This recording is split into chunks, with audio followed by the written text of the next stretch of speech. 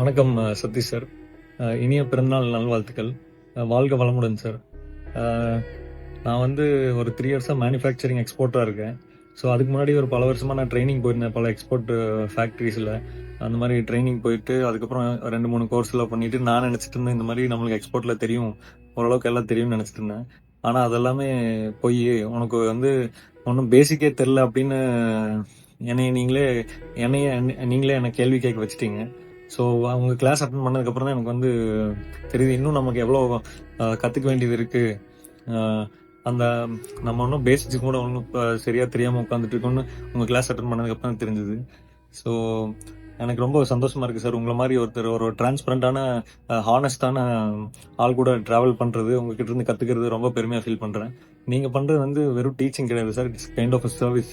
நீங்கள் பண்ணுற சர்வீஸ் வந்து எல்லாருக்குமே நம்ம நாட்டு மக்களுக்கு ரொம்ப தேவைப்படுது. நீங்கள் மேலும் மேலும் இதை கண்டினியூ பண்ணுறதுக்கு என்னோட வாழ்த்துக்கள் சார்.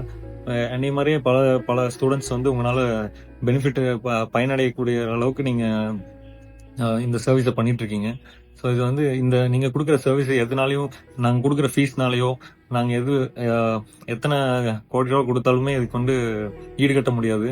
ஸோ நாங்களாம் ரொம்ப லக்கியாக ஃபீல் பண்ணுறோம் உங்களை மாதிரி ஒரு கைடன்ஸில் வந்து நாங்கள் இந்த எக்ஸ்போர்ட் பழகிட்டு இருக்கோன்னு சொல்லி.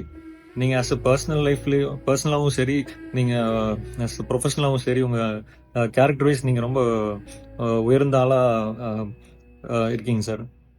Thank you so much. உங்கள் கூட நாங்கள் லைஃப் லாங் அப்படியே கிளாஸ் முடிஞ்சாலுமே ட்ராவல் பண்ணணும்னு ஆசைப்படுறோம். மீண்டும்